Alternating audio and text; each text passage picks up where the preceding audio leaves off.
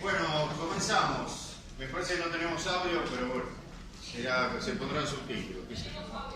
¿Tenemos audio? Perfecto, espectacular.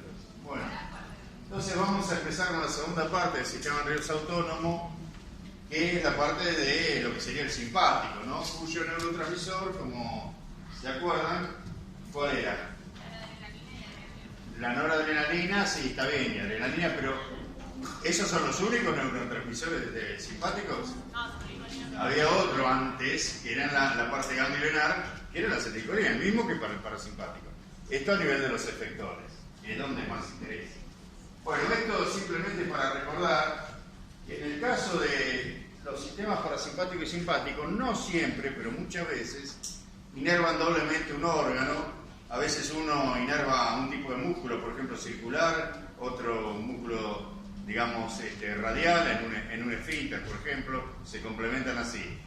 Pero esos órganos que están doblemente inervados muchas veces reciben lo que se llama una descarga simpática, donde más o menos siempre, simpática y parasimpática, siempre la descarga es tónica, es decir, es permanente, no es que deja de descargar neurotransmisor uno u otro sistema, y hay un balance dependiendo de las circunstancias fisiológicas. Cuando se quiere generar un balance hacia algún lado, bueno, la respuesta va a ser en este caso, por ejemplo, mayormente parasimpática, en este caso mayormente simpática, es decir, dependiendo de la situación, el organismo va a acelerar uno u otro de los dos mecanismos. Pero no siempre, no todos los órganos están doblemente inervados, sino siempre hay una descarga tónica. A veces, como dijimos en el reflejo de micción, la descarga se produce solo en el momento que se va a producir el reflejo.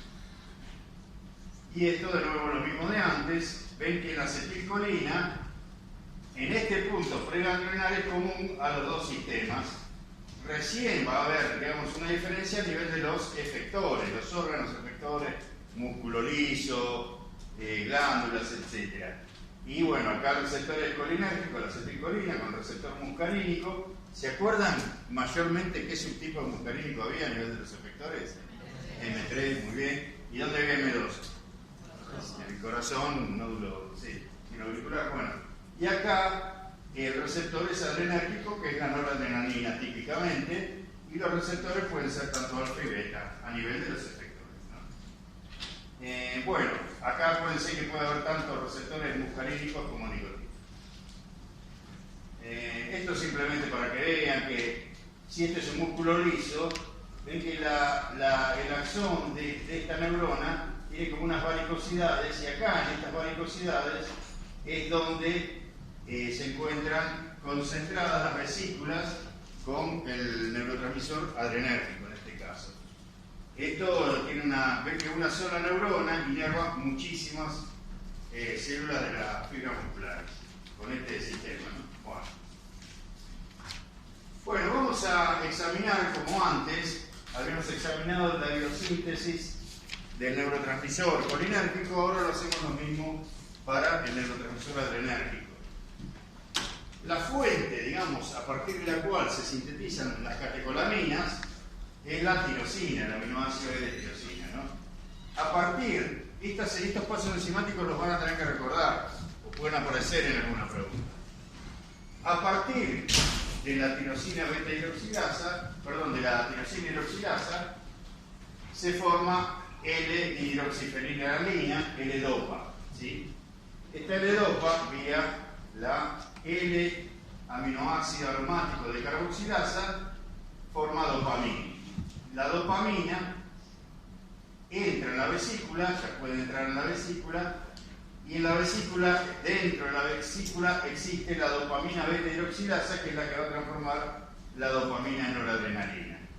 Finalmente, en aquellas neuronas que son adrenérgicas, que tienen, digamos, liberan adrenalina como neurotransmisor, ahí falta una enzima adicional, feniletanolamina en tetraferasa, que transforma la nora en adrenalina. Pero para el sistema nervioso simpático, el neurotransmisor más importante va a ser la noradrenalina. Entonces, este paso, la mayoría de las neuronas del sistema nervioso simpático no lo van a tener.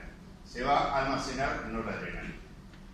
Esta vía de tirosina, L-dopa, dopamina, noradrenalina, lo que tiene es que puede ser inhibida, ¿sí?, por un feedback negativo, ¿sí? Los productos de esta vía inhiben a este nivel a la tirosina hidroxilasa, que es la enzima más importante de todas. O sea, la enzima que va a producir L-hidroxifenilanina a partir de tirosina. ¿Por qué es el paso limitante? ¿Cuál era el paso limitante a nivel colinérgico? ¿Se acuerdan? La recaptación. La captación colínica de alta afinidad. El paso limitante a nivel adrenérgico es la hidroxilación de la tirosina L2 vía esta enzima, tirosina hidroxilasa. También los inhibidores, porque además son blancos terapéuticos de estas enzimas, son importantes. Acá, la L-aminoácido aromático de carboxilasa le inhibe la carbidopa, la benceracida, y para la dopamina beta-hidroxilasa, que es una enzima importantísima, el disulfirano. ¿Sí? Bueno, este es el paso, digamos, de biosíntesis de neurotransmisor. Una cosita que vamos a ver más adelante, cuando veamos dos drogas que son experimentales, ya en terapéutica no se usan, como la razalpina y la guanetidina, que lo que hacen es impedir, digamos, que se almacene catecolaminas. Si, por ejemplo, no dejan que la dopamina ingrese a la vesícula y se transforma en noradrenalina. ¿Qué les parece que va a pasar si yo freno este punto? Se va a acumular ¿qué? Dopamina, todos los intermediarios. ¿Y qué van a hacer estos intermediarios? Frenar la vía. Se frena toda la vía y por lo tanto no se sintetiza más catecolamina. ¿Se entiende? Eso lo vamos a conocer. Bueno, para ingresar en la vesícula adrenérgica, ¿se acuerdan que en la clase pasada dijimos por qué es importante que el neurotransmisor sea almacenado en vesículas? ¿Alguien se acuerda? Esto es fundamental, fisiológicamente hablando. Para que no haya degradación. Para que no haya degradación por un punto, por una parte, y la otra parte... Aumenta la degradación. Sí, va a aumentar la vida media de la droga, eso seguro, si hay menos degradación, pero lo más importante... Exacto, sí, eso también, pero lo más importante es lo que dijo acá el compañero, para que se liberen todas juntas, de manera concertada y en una cantidad importante, porque si liberan una un poquito ahora, otro poquito después, no alcanzan a superar el umbral de la neurona que sigue y regenerar el potencial de acción de la neurona que sigue. Tiene que ser concertado, todo de una. Entonces llega el calcio, se produce la exocitosis de toda la vesícula y en ese mismo momento hay una concentración muy alta de neurotransmisor. Eso es fundamental. Bueno, lo mismo pasa acá, ¿no? En adrenérgico. También se liberan todas juntas cuando llega el potencial de acción y aumenta el calcio.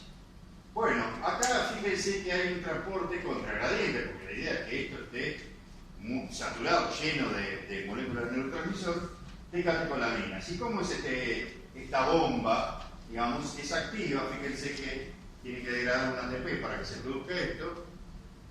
¿Cómo es esto? Bueno, esto lo que hace es ingresar protones. La bomba lo que hace es ingresar protones contragradiente. ¿Cómo va a ser el medio del interior de la vesícula con respecto al citoplasma?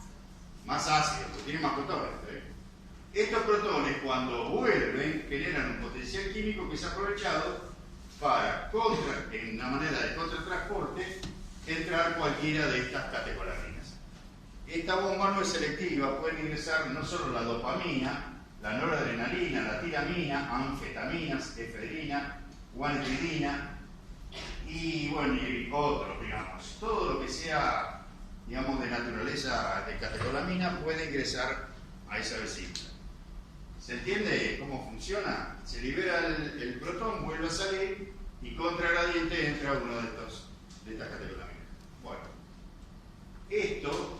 esta bomba se inhibe por razalpina y guanetidina, que ya dijimos que son más bien drogas experimentales, que se utilizan en farmacología experimental, no para terapéutica, ¿sí? Ya no se utilizan prácticamente para terapéutica. Pero son interesantes porque al bloquear la bomba, ¿qué va a pasar? No van a poder ingresar las catecolaminas a la vesícula. Y si no ingresan las catecolaminas a la vesícula, ¿qué va a pasar? No hay almacenamiento. Lo que dijimos antes. ¿Qué cosa? No hay almacenamiento. No hay almacenamiento, pero también ¿qué va a pasar? ¿Cómo? no, seguro no se va a superar el umbral, pero ¿qué va a pasar? Se frena la vía, se frena toda la vía, porque fíjense, se acumulan los intermediarios, inhiben a la tirosina hidroxilasa y la vía se frena, se termina frenando completamente la vía de síntesis. ¿Sí? ¿Se entiende? Como estos compuestos se degradan porque están en el citoplasma, ¿qué va a pasar? Tarde o temprano desaparecen todas las catecolaminas de la célula. Eso se llama depresión de catecolamina, depresión farmacológica.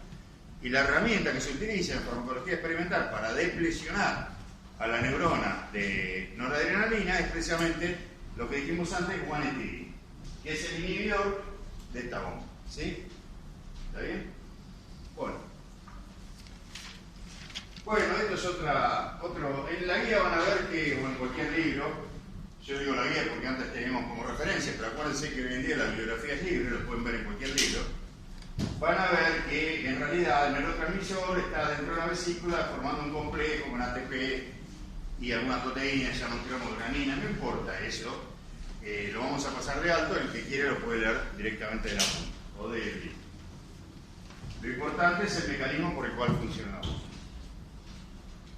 Bueno, ¿se acuerdan que en la parte de colinérgicos habíamos visto que existen agonistas de acción directa e indirecta? Los de acción directa, ¿cuáles eran? Los que hacían que, no los nombres, por ejemplo, sí, la acetilcolina, pero ¿qué hacen? Se unen al receptor y genera una respuesta. ¿Y los de acción indirecta? No. En colinérgicos. Inhiben la colinesterasa, que es la que degrada a la acetilcolina. En este caso, o sea, hay dos mecanismos por los cuales se genera una acción, si se quiere, parasimpático mimético. Para el sistema nervioso simpático también hay lo que se haría agonistas de alguna manera directos y otros indirectos, pero el funcionamiento es distinto. Los directos, como antes, noradrenalina, adrenalina, se unen a los receptores y generan una acción. Eso es el clásico agonista farmacológico. Los indirectos lo que hacen es ejercen su acción desplazando al neurotransmisor de las vesículas. Entran en la vesícula y desplazan al neurotransmisor. ¿Sí? Por ejemplo, la tiramina, la octopamina. Esos son agonistas indirectos porque su acción no está dada por ellos, digamos, porque ellos no se unen al receptor y generan una acción, sino que está dada por el desplazamiento del neurotransmisor desde la vesícula. Esas moléculas que salen de la vesícula pueden generar una acción a nivel del receptor óseo. Entonces, todas las aminas simpático-miméticas de acción indirecta, que es lo que dijimos antes, agonistas de acción indirecta simpático, ingresan y desplazan a la noradrenalina almacenada, y esa noradrenalina es la que va a generar el efecto. ¿Sí? Para que ingrese, para que un compuesto ingrese, tiene que tener la propiedad de ser sustrato del mecanismo de captación. Ya vimos que hay muchas drogas, por una que no habíamos nombrado, la alfa-metildopa, que en realidad es como si fuera una dopamina modificada, ¿no? En realidad es con un metilo, es más o menos lo mismo, es muy similar. También es sustrato del mecanismo de captación, pero no genera ninguna respuesta, sino lo que hace es desplazar a la noradrenalina. Bueno, así como habíamos visto, entonces queda claro lo que serían agonistas simpático-miméticos directos, son los que ejercen su efecto en el receptor, igual que antes. Indirectos son los que ejercen su efecto simpático-mimético por desplazamiento de la noradrenalina de la vesícula. Hay otros, como las anfetaminas, que son mixtos, la efedrina también, las efedrinas, distintas variantes, son mixtos porque por un lado tienen un pequeño efecto, digamos a nivel del receptor, y también por otro lado desplazan a la noradrenalina. Es decir, suman un poco los dos efectos. Entonces tenemos tres tipos de agonistas, si se quiere, simpático-miméticos. Los directos, que son los agonistas verdaderamente, los indirectos que desplazan a la noradrenalina, y los mixtos, que un poco tienen efecto por sí mismos, uniéndose al receptor, y además desplazan a la noradrenalina. Entonces es un efecto mixto, por ellos y por el receptor. ¿Está bien? Y el ejemplo de mixto siempre va a ser ante todo, acuérdense, efedrina, como dijimos, y anfetamina. ¿Sí? Bueno. Así como teníamos un esquema general de la neurotransmisión colinérgica, en la guía también pone un esquema general de la neurotransmisión adrenal o noradrenal. La noradrenalina, cuando llega el potencial de acción, ¿qué pasa? El calcio entra, genera la exocitosis y se liberan todas las moléculas que causan efecto en la neurona siguiente. Esta liberación, este proceso de exocitosis se ve facilitado no solo por el calcio, el aumento del calcio, digamos, que viene acoplado al potencial de acción, sino, por ejemplo, entre otras cosas, por efecto de la angiotensina 2 sobre sus receptores, de la acetilcolina sobre el receptor nicotínico y de la adrenalina sobre el receptor beta 2. Acá hay una cosa importante. En la guía dice adrenalina, no dice noradrenalina. Esto lo tiene que aprender desde ahora y para toda la clase, para todo este práctico, porque es fundamental en cuanto a las diferencias a nivel cardiovascular que generan la adrenalina y la noradrenalina. La noradrenalina es el neurotransmisor del sistema nervioso simpático por excelencia. Vieron la parte efectora, no la adrenalina, la noradrenalina. La adrenalina tiene la diferencia que tiene un efecto beta 2 y la noradrenalina a las dosis, digamos, a las concentraciones fisiológicas, no tiene efecto sobre los receptores beta 2. Y eso va a traer consecuencias muy importantes cuando veamos la parte de cardiovascular. No tiene efecto beta 2 la noradrenalina. Entonces, ¿por qué está puesta la adrenalina acá? Adrenalina. Porque estimula enzimas. Porque estimula los beta 2 y la nora no los estimula. ¿Está bien? Por eso no pusimos la nora, pusimos adrenalina. Bueno, los beta 2 también facilitan la liberación de noradrenalina. Una vez, digamos, que se liberó la noradrenalina, así como antes, ¿se acuerdan cuál era el receptor que frenaba la descarga muscarínica, el autorreceptor, que hacía que, de alguna manera, la descarga muscarínica no sea tan potente? Lo que se llama autorreceptor. El M2, que era el único inhibidor. Acá es el alfa 2. El alfa 2 es un autorreceptor. Este alfa 2 lo descubrió, entre otros, en un trabajo el profesor Rotring. No sé si saben de esto. Bueno, mejor no hablemos del profesor Rotring ahora, pero lo que quiero decir es que, bueno, hace muchos años se dedicaba a descubrir cosas. No sé ahora qué están haciendo. Bueno, el alfa 2 es un autorreceptor porque lo que hace es frenar la descarga noradrenálgica. ¿Se entiende? O sea, el organismo siempre modula. Para no exacerbar una vía, siempre hay algún mecanismo modulador. En este caso, el mecanismo modulador es el alfa 2, que lo que hace es frenar su propia descarga. ¿Sí? Presináptico, ¿no? Alfa 2 presináptico. Autorreceptor. Además, la guanetidina, la misma que habíamos dicho que inhibía la bomba que hacía que la noradrenalina, que las catecolaminas se ingresen a la vesícula. La guanetidina también frena esto. Los opioides, lo vamos a ver en el tercer parcial cuando veamos dolor. Opioides, el receptor opioide también lo que hace es frenar esta descarga. Y la acetilcolina vía los muscarínicos también frena esta descarga. ¿Sí? Acá falta, yo dije la angiotensina. La angiotensina, si uno pone, ¿saben lo que son los IECA? Lo van a ver en fármaco 2, pero algunos saben. Inhibidores de la enzima convertidora de angiotensina. ¿Sí? Se utilizan, entre otras cosas, como antihipertensivos, ¿no? Bueno, ¿qué hacen? Disminuyen los niveles de angiotensina. Entonces, si disminuyen los niveles de angiotensina, ¿qué van a hacer con esto? ¿Lo van a favorecer o desfavorecer? Desfavorecer, sí, lo tienen. Lo mismo los anestésicos locales, impiden que se propague el potencial de acción. Si impiden que se propague el potencial de acción, van a desfavorecer esta descarga, ¿sí? Porque es el potencial de acción el que la produce, ¿se entiende? La clonidina, que está acá, es un agonista específico alfa 2. La clonidina, ¿qué va a hacer en este esquema? Frenar la descarga noradrenalina. ¿Sí? ¿Se entiende más o menos el esquema general? Bueno, acá hay otro, me olvidaba decir, en este esquema está la prostaglandina E, la van a ver también cuando veamos el tercer parcial, que es todo de dolor. La prostaglandina E también inhibe la descarga adrenal. Me he olvidado de nombrar las cosas. Bueno, ¿qué es un falso neurotransmisor? Es cualquier cosa que es capaz de ingresar a la vesícula y liberarse, pero no genera una respuesta en la neurona que sigue. Por ejemplo, como ejemplo vamos a ver la tiramina, la octopamina. Se llaman falsos neurotransmisores porque si bien son catecolaminas y si bien ingresan en la vesícula adrenérgica, cuando se liberan no generan ningún efecto a nivel receptorial.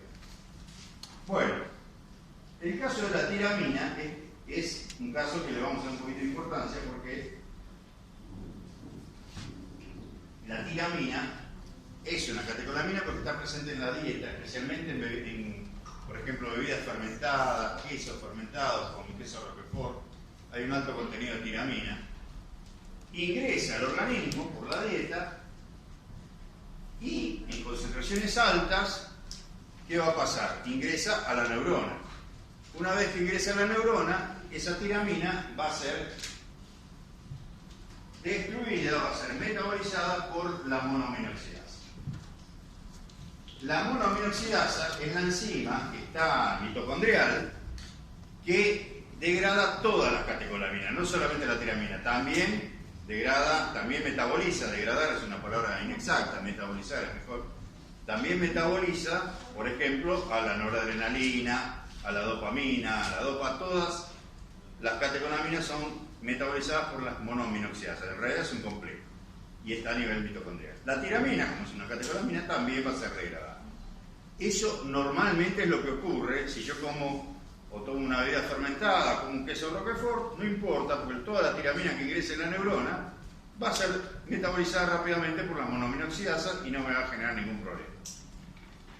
Ahora, es distinto cuando uno está con un tratamiento que de alguna manera inhibe a las monoaminoxidasas. Antiguamente, ahora también, pero antes era bastante común, para tratar la depresión se daban inhibidores de la monoaminoxidasa.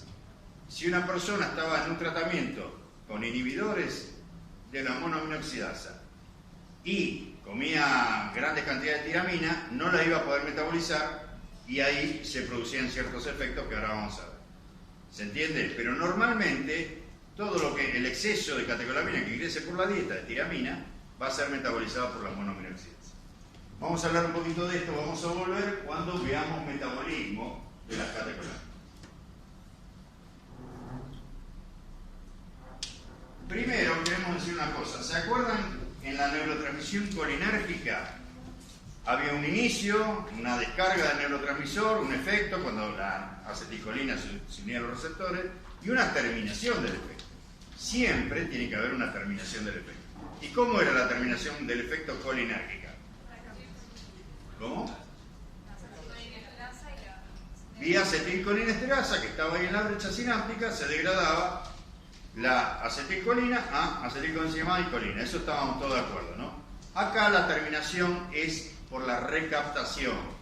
Es decir, todo el neurotransmisor que está en la brecha, toda la noradrenalina que esté en la brecha, se recapta por la neurona, digamos, la neurona presináptica, la membrana presináptica, y desaparece de la brecha. Y así se termina el efecto, cuando se recapta, ¿sí? Por lo general, esa recaptación está asociada a el metabolismo de la catecolamina, pues está asociada con las monoaminoxidasas. Es decir, molécula que se recapta, molécula que es destruida por las monoaminoxidasas, y se termina ahí el efecto. ¿Se entiende?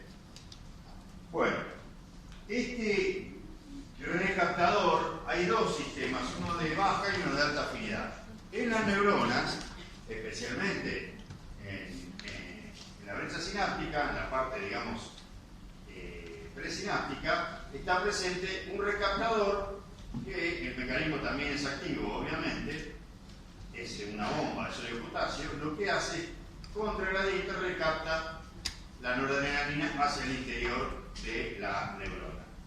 Una vez que está en la neurona, la mayor parte va a ser eliminada o metabolizada bien las monoaminoxidasas, una parte puede volver a ser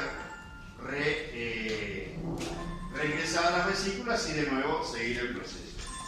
Pero lo importante es que la mayoría van a ser metabolizadas por la MAO y ahí se termina todo. Esa es la finalización del proceso. Hay inhibidores de esta recaptación. Los inhibidores de la recaptación, por ejemplo, son los antidepresivos tricíclicos, lo van a ver en fármaco 2. Una pregunta, ¿por qué les parece? A este nivel, en fármaco 1 solo podemos sospechar, en realidad yo tampoco soy psiquiatra, no podría dar un mecanismo exacto, ni siquiera sé cómo definir la depresión. Pero ¿por qué les parece que un bloqueante de la recaptación puede ayudar a alguien que está deprimido? Aumenta la cantidad de catecolamina en la brecha y, como sabemos, la mayor parte de estos neurotransmisores ayudan a levantar el ánimo, entre comillas, ¿no? Dicen que la serotonina y la dopamina son la droga de la felicidad, entre comillas, porque lo ponen a uno contento. Bueno, de alguna manera, el hecho que haya más noradrenalina está asociado, en este caso, obviamente los detalles los van a ver en fármaco 2, está asociado a que la persona esté más contenta, menos deprimida. Por eso se bloquea esta parte.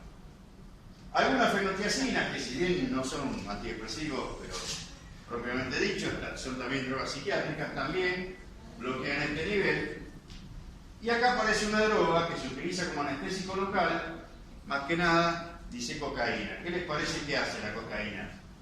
Bloquea la recaptación, ¿sí? ¿Y qué hace al bloquear la recaptación? ¿Cómo lo pone uno? ¿Contento o triste? ¿Qué esperan?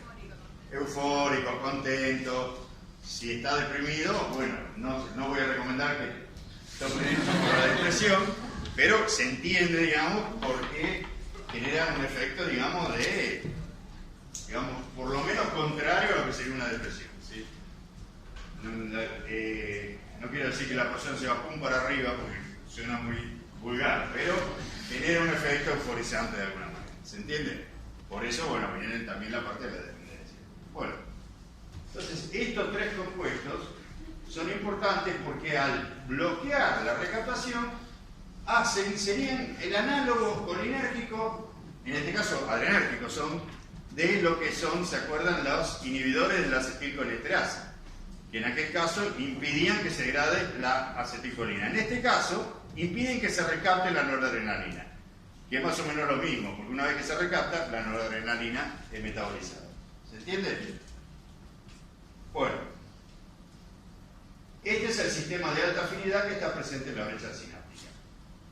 A nivel de la mayoría de las células del organismo, no necesariamente neuronales, lo que hay es otro transportador de baja afinidad que puede ser inhibido tanto por esteroides, que lo van a ver en el tercer parcial, como glucocorticoides, por ejemplo, más que nada dexametasona y algunos de esos, como por la fenoxibenzamina.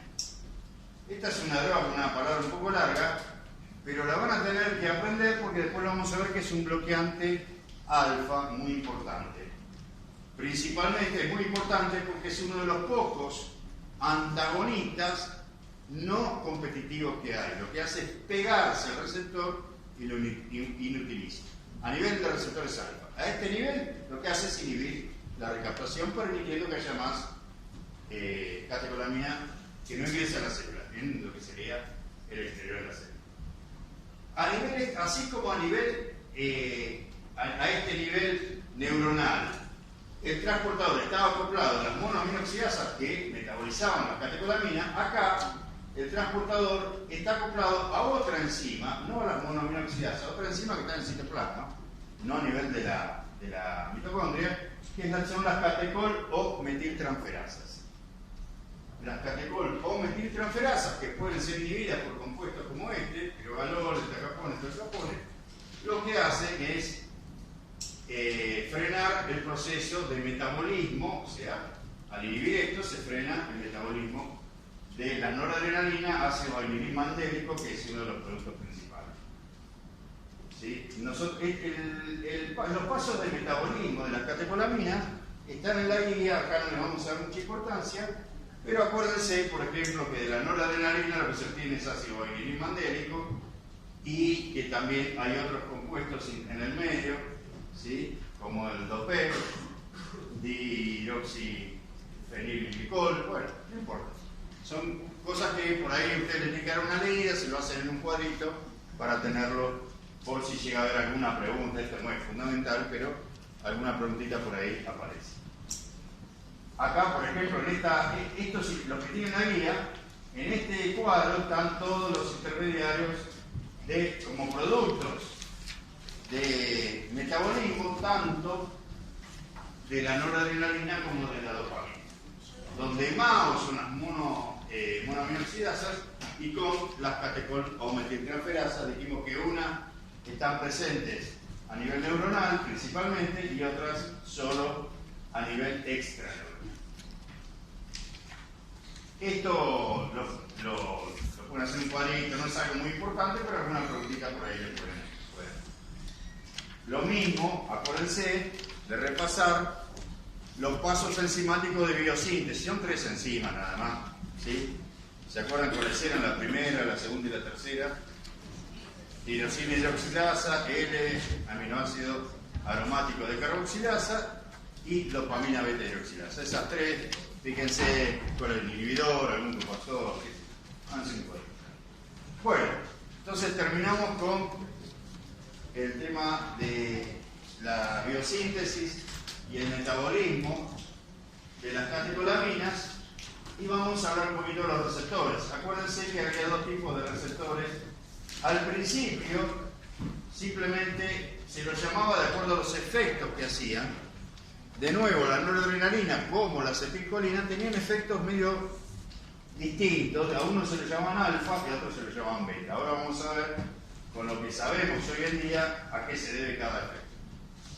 Y para eso vamos a volver de nuevo a un experimento de Dale, por ahí por 1900, donde, por ejemplo, se mide la presión arterial, ¿sí? Esta es la presión arterial de un gato, como siempre. No sé por qué la tenían con los gatos, pero bueno. Acá lo que se hace es inyectar un bolo intravenoso de adrenalina. ¿Qué pasa con la presión arterial? Bueno, sube y baja, ¿sí? El problema que observaba Dale, ¿cómo sería una respuesta típica de algo que hace aumentar la presión? Sube, baja y vuelve al basal, no se va para abajo del basal. El problema que se veía ya cuando inyectábamos adrenalina es que subía, pero después bajaba por debajo del basal. Ese es el problema. Lo normal es que se va degradando la droga A, puede ser cualquiera. Al principio vas a aumentar la presión y después esa droga hipertensora va desapareciendo y por lo tanto la presión vuelve a la normalidad, al basal. Acá veía estas 2 cosas. Entonces al efecto que hacía subir la presión lo llamó alfa y al efecto que hacía bajar la presión lo llamó beta. Sin conocer todavía que el efecto alfa estaba dado por receptores alfa y el efecto beta por receptores beta, hay una cosa que es evidente. ¿Dónde hay mayor concentración de adrenalina? Acá, o sea, esto es tiempo. Acá en este tiempo hay mayor concentración, se va degradando. ¿Dónde hay menor concentración? Cuando vuelve a la normalidad está en 0 la concentración. Es decir, la concentración de adrenalina va de un máximo hasta 0. ¿Sí? ¿Se entiende eso? Que desde a este punto, cuando vuelve a ser la presión normal, la adrenalina está toda la que yo inyecté y se va degradando hasta llegar a 0, hasta desaparecer por completo. ¿Se entiende eso? A concentraciones altas, ¿qué efecto aparece? ¿Alfa o beta? ¿Y a concentraciones bajas? Beta. Beta. Muy bien. Entonces, ¿por qué receptor es más potente la adrenalina? Por lo beta, con menos cantidad, la adrenalina no es capaz de generar el efecto alfa. solamente se ve el efecto beta. Porque acá hay menos cantidad. Acá cuando se degradó hay menos cantidad. ¿Sí? Entonces, este efecto beta, ¿está presente acá o no está presente? Sí. También está presente. ¿Cuál es el efecto, si se quiere, más eficaz? Acá vemos de nuevo de potencia. El efecto que da una respuesta mayor, ¿el alfa o el beta? El alfa que enmascara el beta. En realidad, si yo bloqueo el alfa, el beta va a estar presente todo el tiempo. Lo que pasa es que cuando están los dos juntos, el efecto que, digamos, combinado, que se observa, ¿cuál es? El alfa. Acá están los dos juntos. El beta siempre está siendo activado hasta que desaparece. En esta zona están activados tanto el alfa como el beta. ¿Y cuál es el efecto que se observa? El alfa. O sea, ¿por cuál es más potente la adrenalina? Por los beta. Pero cuando están los dos efectos juntos, ¿cuál es el que responde más fuerte y gana sobre el otro? El alfa. Son dos cosas distintas, ¿se entiende? ¿Sí? Bueno. ¿Esto es lo que... ¿Se entiende todo lo que dije hasta acá? ¿Alguno no entendió? ¿Sí? ¿No? ¿Por ahí? ¿Cómo? El tema es así. Acá vos tenés dos efectos, alfa y beta. Vos tenés que pensar que esto es tiempo y que la adrenalina se va degradando así. Va cayendo su concentración desde un máximo hasta cero. Eso se entiende. A menor concentración de adrenalina vos ves un efecto beta y no ves efecto alfa. ¿Qué quiere decir? Que a menor concentración, cuando la concentración es chica, la adrenalina solo puede generar efecto beta y no es capaz de generar efecto alfa. Necesita mayor concentración para generar efecto alfa. Entonces es más potente por los beta, ¿sí? Más potente porque genera un efecto con menor dosis, con menor concentración. Ahora bien, una vez que el alfa ya puede ser generado, hay concentración suficiente para generar alfa, el alfa le gana al beta. Cuando están los dos juntos, el efecto que se ve es un efecto alfa y no beta, ¿sí? ¿Se entiende? ¿Más o menos se entendió? Cuando están los dos juntos, el efecto alfa es, si se quiere, más eficaz, que genera una respuesta mayor que el beta y por lo tanto tapa al beta, ¿sí? Pregunta, a ver si se entiende mejor. Si en este experimento yo bloqueara los beta, ¿cómo sería la curva alfa? Más alta, porque parte de esto está bajado por el beta, ¿se entiende? Más alta todavía, ¿se entiende? Bueno. ¿Sí? Bueno. Entonces la primera parte está bien. Hoy sabemos que hay un efecto alfa que va a estar dado fundamentalmente por receptores alfa 1 y un efecto beta que, como vamos a ver, está dado por receptores beta 2.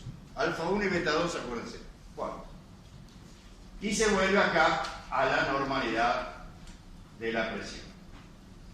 Ahora lo que hizo él es poner ergotamina. La ergotamina es un agonista parcial alfa, es un derivado de los alcaloides del cortisol, ¿sí?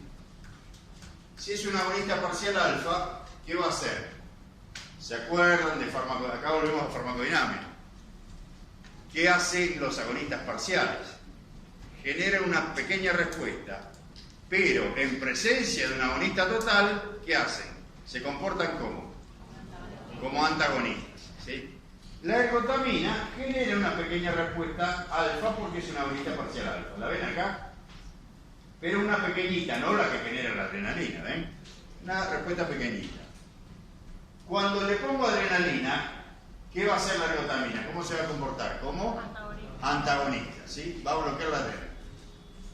Entonces, no va a ser antagonista de alfa, no va a ser antagonista de beta porque los betas son otros receptores. Entonces, ¿qué va a pasar cuando inyecta adrenalina? Los betas se van a estimular y se va a ver el efecto beta que hace bajar la presión arterial. ¿Se entiende? Porque están bloqueados los alfa por la ergotamina. ¿Se entiende? Al estar bloqueados los alfa, bloqueado entre comillas. En realidad no le puse un bloqueante, sino un agonista parcial que lo que hace es comportarse como un antagonista, como un bloqueante. ¿Sí?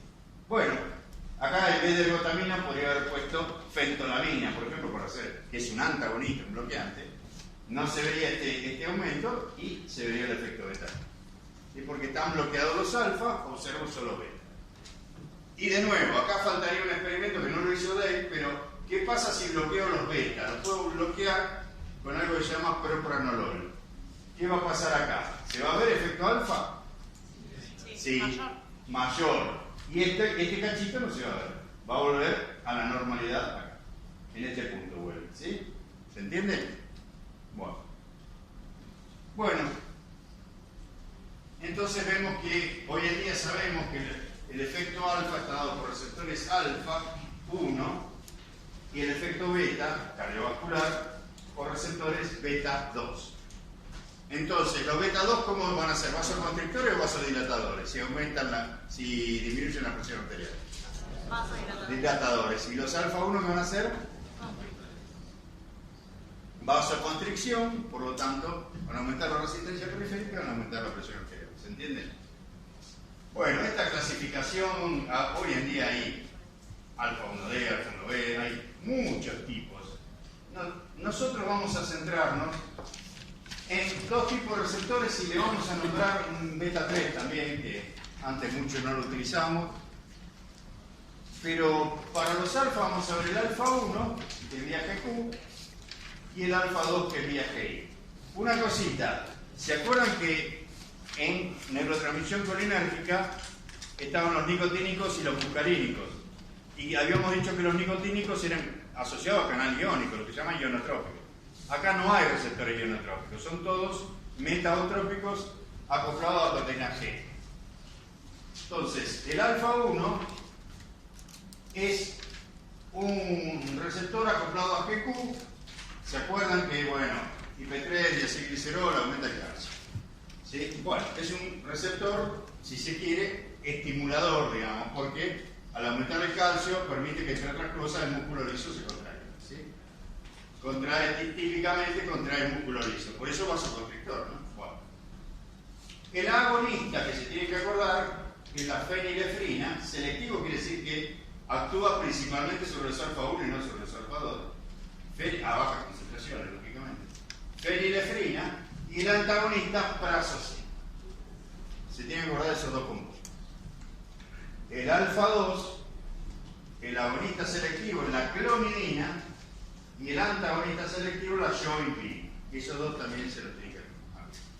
Así como dijimos que el alfa 1 está acoplado a GQ, el alfa 2, que es un receptor inhibitorio, está acoplado a GI. ¿Sí?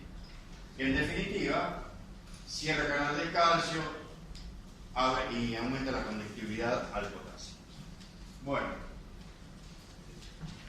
con respecto a los beta, los tres están acoplados a las proteínas GS. Son receptores, si se quiere, no inhibitorios, sino estimulatorios, entre comillas, ¿no? Bueno. Los beta 1, ¿sí? El agonista selectivo podría ser, acá dice 2-butamina, después vamos a verlo bien, hay otros que te pueden poner, y el antagonista atenolol. El propranolol no es selectivo, antagonista selectivo es el atenolol. De los beta 2, acá hay un agonista selectivo, en vez de procaterol yo pondría salbutamol, que es más conocido, es selectivo.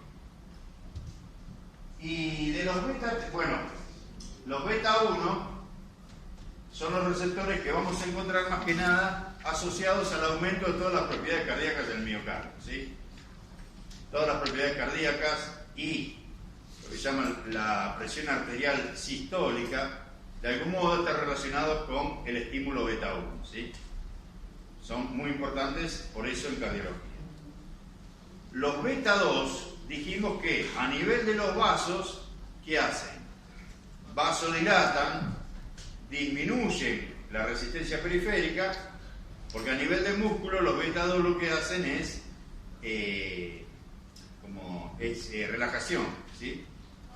Producen relajación, por lo tanto se va a producir una vasodilatación y van a disminuir la presión arterial diastólica. ¿Se entiende? Y también son importantes a nivel de músculo liso bronquial, porque al dilatar los músculos liso bronquial lo que hacen es una broncodilatación. Es muy útil, por ejemplo, en pacientes que sufren de asma o EPOC, los beta 2, ¿sí?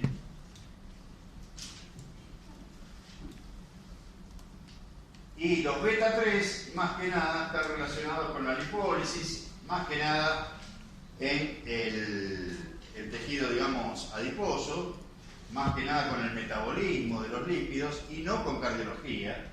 Nosotros lo nombramos por si les aparece alguna pregunta, está en la guía, por supuesto, pero en la guía de problemas no aparecen los beta 3. ¿Sí? Simplemente vamos más que nada con beta 1 y beta 2.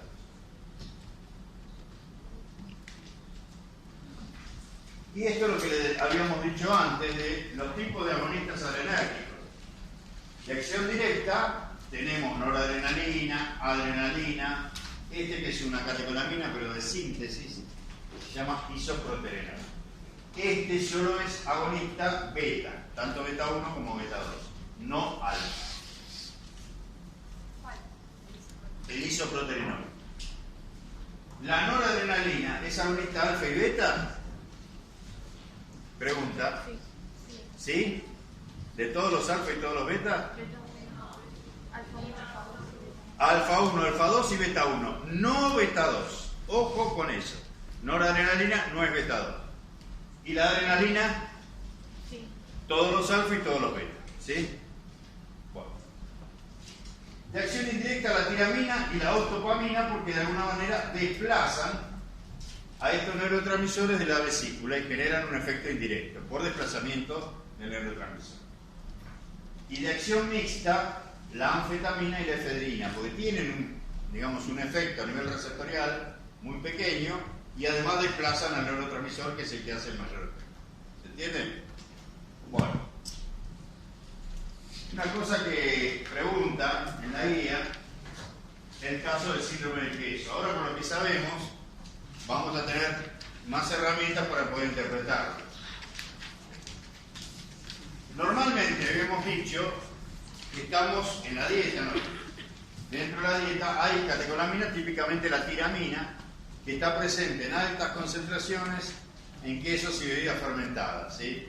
Por ejemplo, queso Roquefort, por ejemplo, no sé, vinos, añejos, por ejemplo, bebidas alcohólicas. Bueno, cuando yo consumo mucha tiramina y voy a la dieta, la tiramina, entre otros, va a ir a todos los tejidos y también a las neuronas. En las neuronas va a ingresar ¿por dónde? ¿Por dónde ingresa la tiramina en la neurona? Por los transportadores, por los recaptadores, ¿sí? Es como recaptada. Ingresa en la neurona y a partir de la neurona, ¿qué le va a pasar? Mayormente va a ser degradada por las monoaminoxidasas. Y no pasa nada, feliz de la vida estamos todos. Ahora bien, yo les conté que había algunos pacientes que recibían un tipo de antidepresivos que lo que hacían no era bloquear a este nivel la recaptación, sino que bloqueaban la degradación, bloqueaban a las monoaminoxidasas. Eso se llama inhibidor de la monoaminoxidasa o IMAO. Si un paciente tiene bloqueada la monoaminoxidasa y come queso Roquefort y toma vino, digamos de calidad, añejo, esto con un termidor no sirve, básicamente, ¿qué va a pasar? Va a entrar tiramina, la tiramina no va a poder ser metabolizada porque la monoaminoxidasa está bloqueada. ¿Y dónde va a ir la tiramina? ¿Y qué va a hacer en la vesícula? Lo que hace siempre, desplazar a la noradrenalina.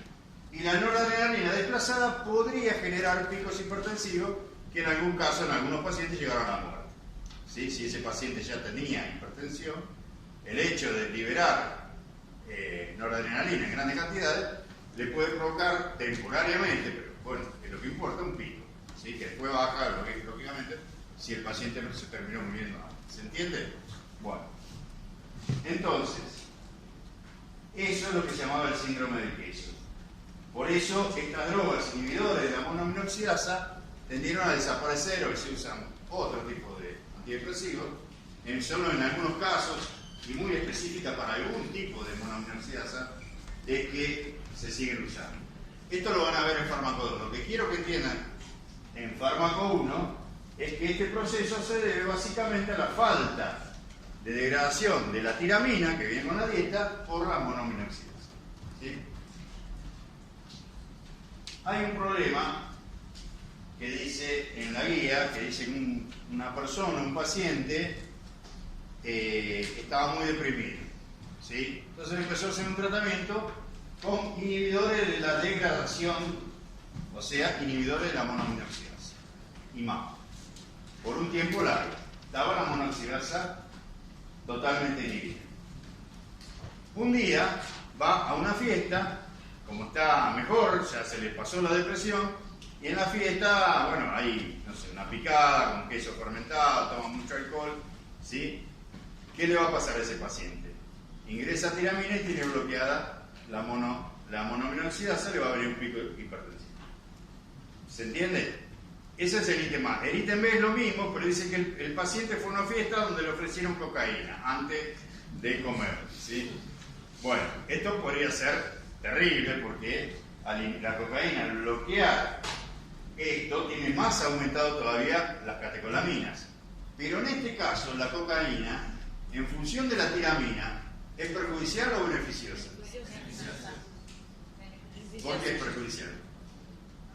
Perjudicial es siempre, por el caso de alguien hipertenso, porque hace aumentar la vida, si quiere, media y la cantidad de noradrenalina en la brecha. Pero en este caso, ¿por dónde viene la tiramina? Por la dieta, pasa por la brecha y tiene que ser recaptada. ¿Puede ser recaptada esa tiramina si hay cocaína bloqueando? No. Entonces, en ese caso, solo en lo que es la tiramina, se ve un factor beneficioso. Esto no quiere decir que le digan, che, bueno, si vas a una fiesta, primero... Claro, no porque además tiene problemas, la hipertensión la va a tener por sí, porque esto va a estar aumentado a este nivel. Pero en cuanto a la tiramina, por lo menos no la deja entrar, ¿se entiende? Eso seguro. Bueno, acá tenemos si se quiere, un gráfico, una curva de respuesta, donde experimentalmente podemos distinguir si un compuesto es un agonista simpático mimético directo, indirecto o mixto, de acción directa e indirecta mixta. Vamos primero a uno que sea indirecta. Supongamos que este es X, ¿sí? Que, por ejemplo, ¿cuáles recuerdan? A ver si yo le dije que recuerdan algo, ¿no? De acción indirecta. La tiramina, muy bien. X puede ser la tiramina, ¿sí? Hago una curva 12 respuesta tiramina en un preparado de, no sé, cerebro de ratón, qué sé yo. Ahí hay neuronas, obviamente. Bueno, cuando yo voy aumentando la tiramina, bueno, no, cerebro no, porque tiene que haber un músculo que se contraiga. Bueno, es un preparado de músculo liso de algún tejido. Aumento la tiramina, ¿qué va a pasar con la respuesta? Aumenta. ¿Esta respuesta se debe a la tiramina?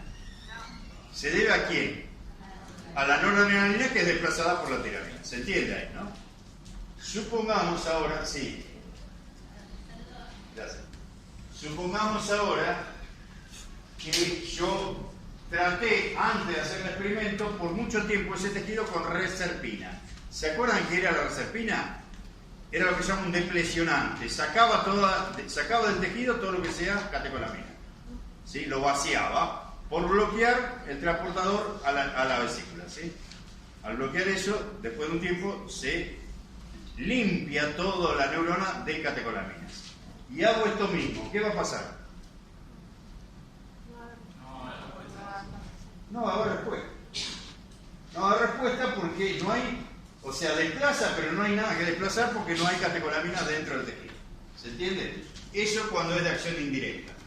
Cuando es de acción directa, ahora X es, por ejemplo, noradrenalina. Se ve que hay contracción. Bueno, ¿qué pasa si le doy reserpina previamente?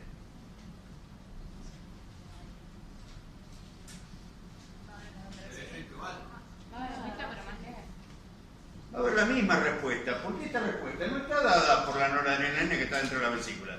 Está dada por la noradrenalina que yo le doy exógenamente, ¿sí? Al tejido. Esa es la que va a generar respuesta. Entonces no va a haber ninguna diferencia. No importa si adentro del tejido hay o no hay noradrenalina. La que genera la respuesta es la que le doy yo en la curva. Por lo tanto, las dos curvas van a ser iguales. ¿Se entiende? Con o sin reserpina. Ahora, en la acción mixta, ¿qué va a pasar cuando yo ponga reserpina? Esto puede ser anfetamina.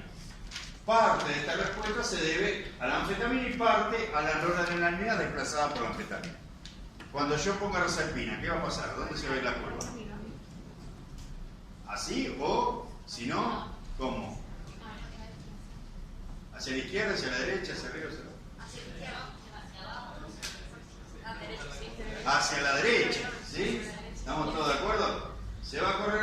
estrecha, ¿por qué?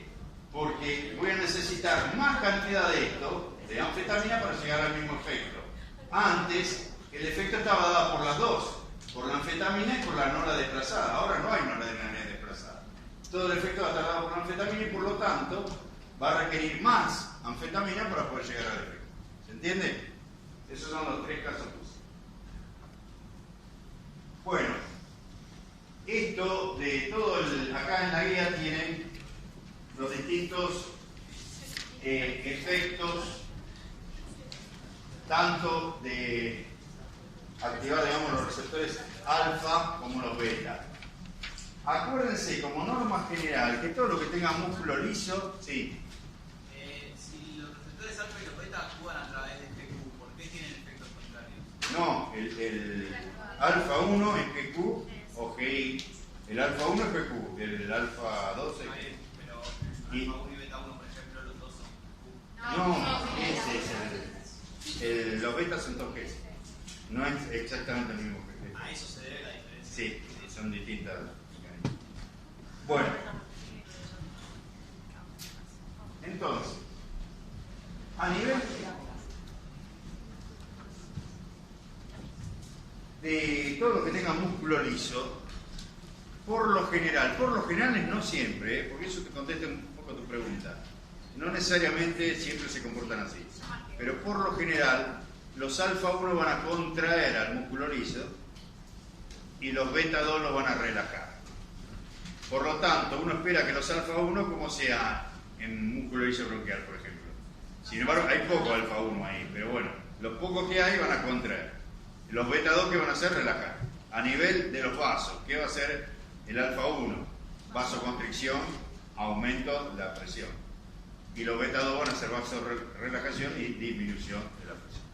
Eso como norma, digamos, cuando uno no tiene muy claro algún caso, puede recurrir a esa norma, pero tiene excepción.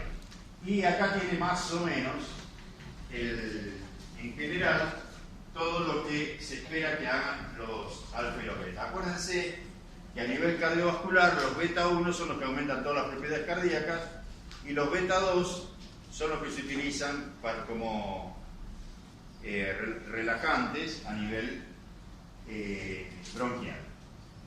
Los beta 2 también son taquicardizantes, solo eso lo ponemos también porque ven, la frecuencia cardíaca también puede ser aumentada por los beta 2, pero en general, a nivel del corazón, son los beta 1 los que aumentan todas las propiedades cardíacas. Después, algunos casos, por ejemplo, a nivel de útero grávido, a veces se utilizan útero pero grávido, ojo con eso, ¿sí? No, el útero, digamos, casi que no tiene receptores cuando no está, digamos, en estado de gravidez. Acá ven que los beta 2 relajan, y esto es lo más importante, útero grávido, por lo tanto se utiliza en algunos casos en obstetricia. Después vamos a ver la betadrina, por ejemplo, es una única beta 2. Bueno, esto lo pueden ver en el ojo, porque hay un problema, complementan un poco lo que habíamos visto antes. ¿Se acuerdan en el ojo dónde estaba el efecto muscarínico? El efecto colinérgico, si se quiere. ¿A qué nivel? ¿Quién producía la acetilcolina? ¿La acetilcolina terciaria o cuaternaria? Terciaria. Entonces no la puedo utilizar en oftalmología. Voy a utilizar, por ejemplo, no, la acetilcolina es cuaternaria. ¿Qué digo terciaria? Tiene un signo más grandote ahí en el nitrógeno.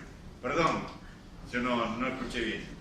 No la puedo utilizar para oftalmología, utilizo, por ejemplo, pilocarpina. Bueno, qué sé yo, es lo mismo. Bueno, no importa. El tema es qué va a producir digamos, la activación de los muscarínicos en el ojo. Miosis, porque se va a cerrar, ¿qué cosa? ¿Qué músculo? No, si el radial, si se corta el radial, se hace miriasis. El circular, ¿sí? O el del esfínter. Y además, ¿qué otra cosa? Permite, claro, la acomodación para la visión cercana, ¿sí? Eso muscarínico, o sea, colinérgico. En adrenérgico, la estimulación alfa 1, y solo alfa 1, contrae el radial, ¿y qué va a producir? Midriasis, ¿sí? Eso es alfa 1. Eso es solo lo que produce el alfa-1, produce midriasis. Los beta-2, por un mecanismo todavía que está siendo investigado, aparentemente estimulan la producción de humor acuoso. ¿Sí? ¿De qué, perdón? De humor acuoso. Entonces, ¿qué traerían como consecuencia? Pero son los beta-2, ¿eh? No tiene nada que ver esto, no es que uno lo inverso, no es que es muscarínico el inverso de adrenérgico, son dos cosas distintas. Uno produce acomodación por la visión cercana, el otro produciría una estimulación del humor acuoso, por mecanismos que todavía no están.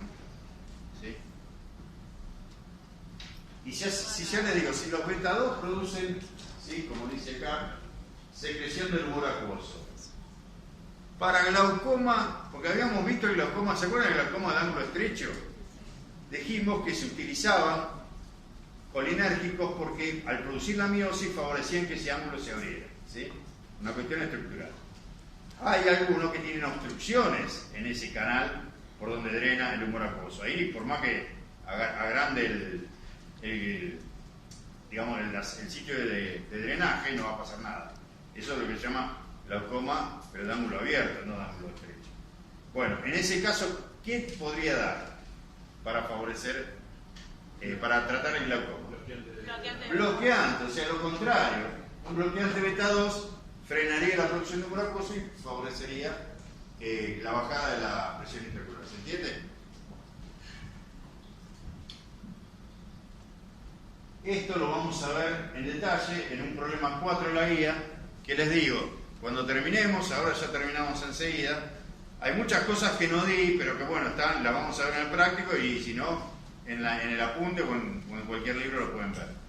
Detalles, digamos. Acuérdense que tienen que conocer la farmacocinética, por ejemplo, de la noradrenalina, o sea, de compuestos que, porque es la droga patrón, compuestos que se utilizan en terapéutica, como la dobutamina, y algunos que le vamos a nombrar así rápidamente ahora.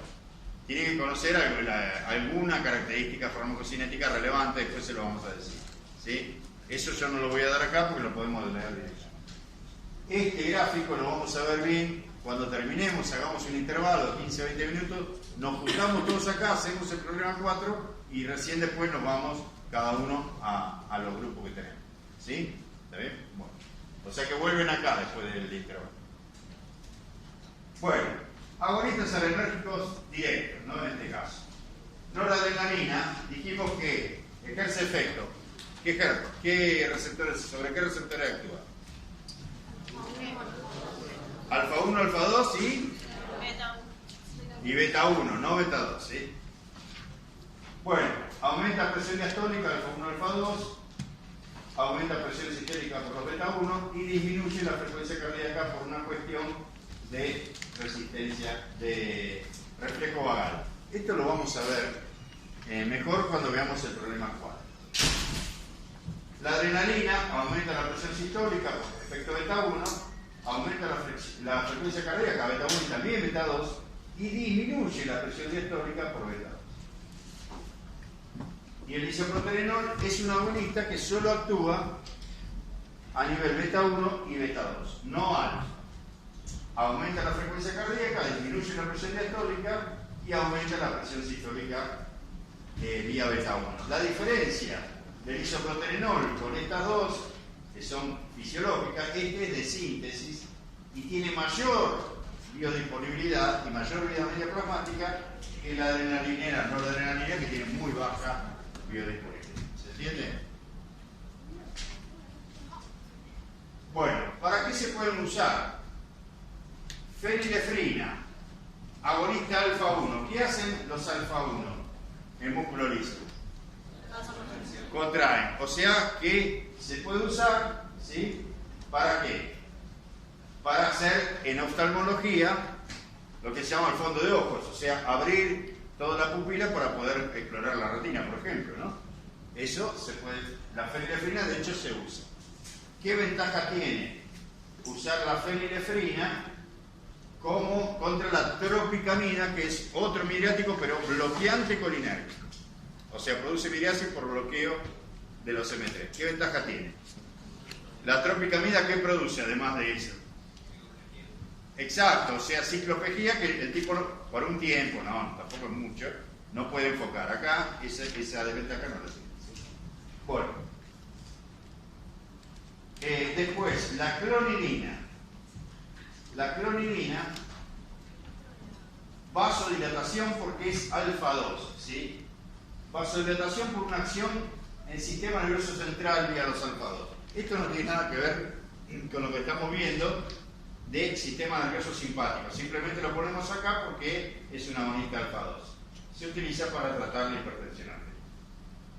La dobutamina es un agonista beta 1 muy potente, además de que tiene otros efectos. Se utiliza muchísimo en cardiología porque al ser agonista beta 1, ¿qué hace con las propiedades cardíacas?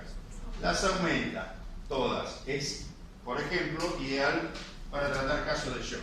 ¿Sí? ¿Por qué vía se da si voy a tratar un shock? Por vía intravenosa, sí, tiramos lo más rápido posible. ¿Sí?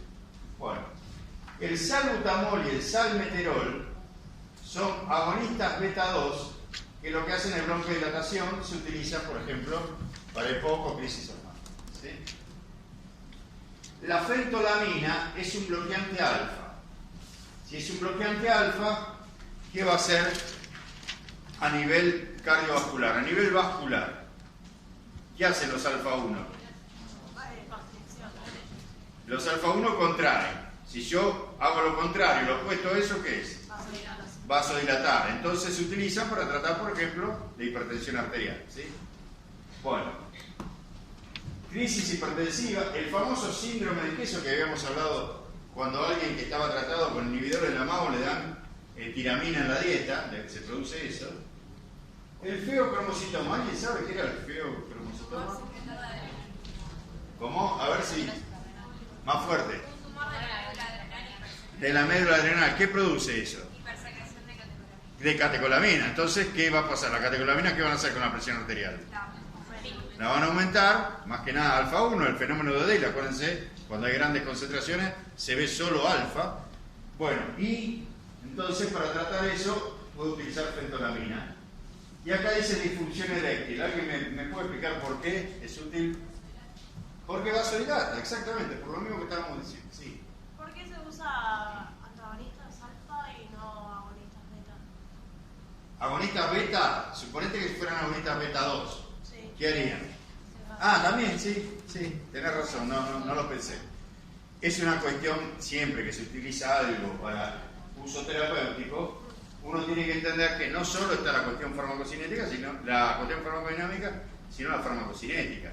Si ese tiene baja biodisponibilidad, ese agonista beta 2 que vos querés, o es difícil, digamos, de que una vida media muy corta, cualquiera de esos motivos, hacen que no sirva mucho, pero en teoría podría servir, farmacodinámicamente hablando. Claro. Vos fijate, el salbutamol y el salmeterol se utilizan para asmáticos por vía tópica, o sea, por vía inhalatoria, evitando una vía sistémica. Es probable que esos fármacos no sean efectivos para eso, pero en teoría sí se podrían usar, o sea, desde el punto de vista farmacológico. Bueno, ahora bien, la fentolamina es un bloqueante alfa. ¿Qué diferencia tiene con la fenoxibenzamina? Y dijimos que es antagonista no competitivo, es uno de los pocos que vamos a ver. Acuérdenselo, no competitivo quiere decir que la unión es irreversible con el receptor y no hay manera de recuperarla.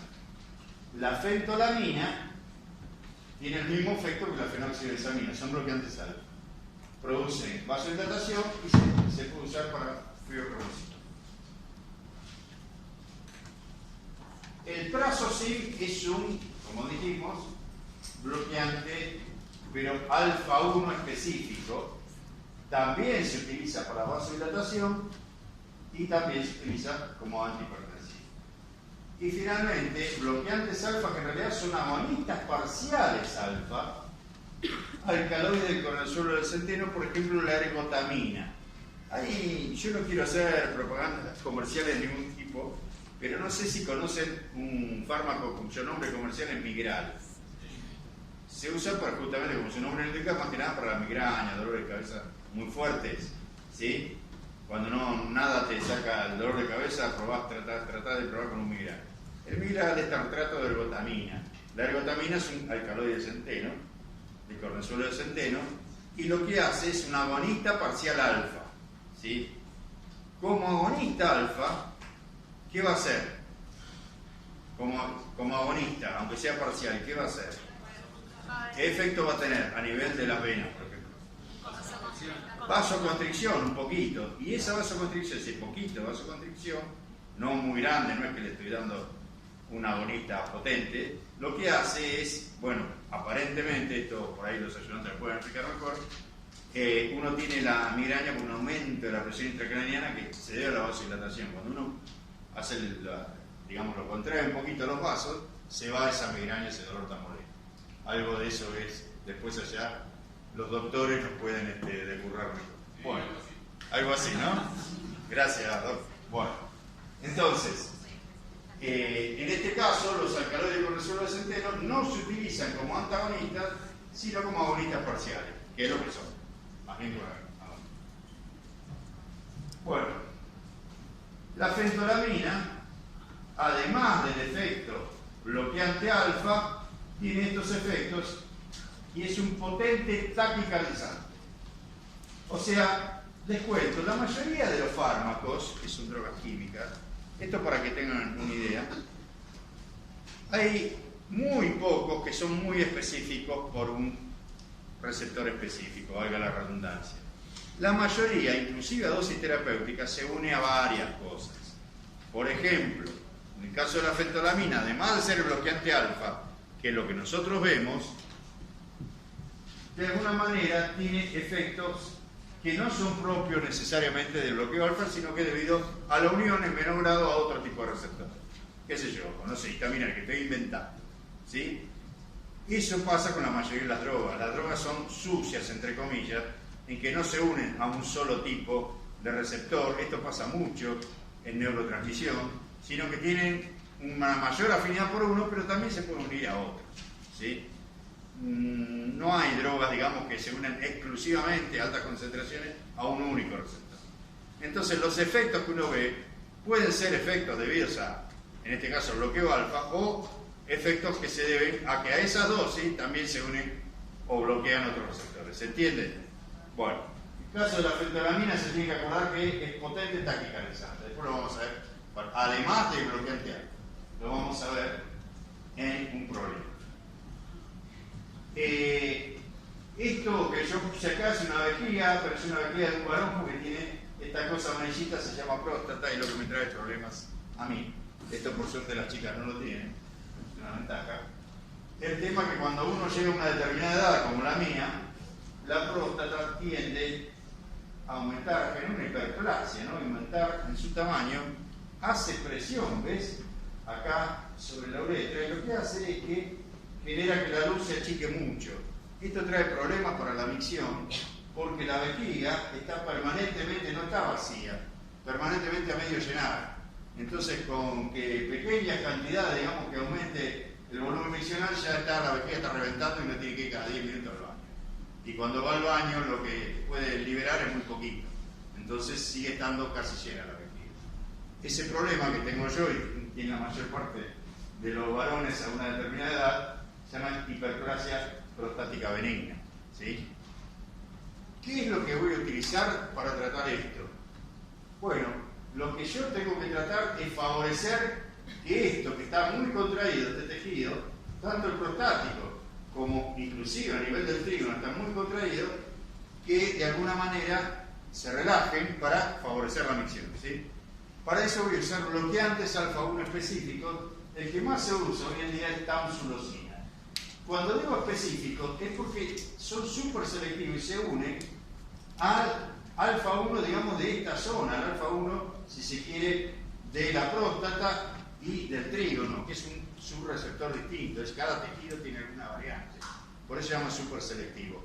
No afecta, digamos, a nivel cardiovascular, que sería un problema, sino que se une específicamente a la parte genitourinaria. Al relajar a los alfa-1 permite que esto se vuelva, digamos, de algún modo a aumentar el diámetro de la uretra y permite que la vejiga pueda vaciarse normalmente. ¿Se entiende? Bueno. Hay otros, pero la tamsulosina en la guía tiene más, es uno de los que más se usa. Antagonistas adrenérgicos, tenemos los beta, antagonistas beta no selectivos, por ejemplo el propranolol, que lo que uno espera que hagan es, si el agonismo beta aumenta la propiedad cardíaca, cuando yo bloqueo lo que uno espera es que esas propiedades disminuyan, ¿sí? Bueno, se puede usar para todos los casos de cardiología, hipertensión, angina, como antiarrítmico. El timolol es un antagonista beta, que lo que hace a nivel del ojo, disminuir la producción de un humor acuoso y se puede utilizar para el glaucoma, pero ya no de ángulo estrecho, sino para el glaucoma de ángulo abierto. ¿Sobre qué receptores actúa el timolol?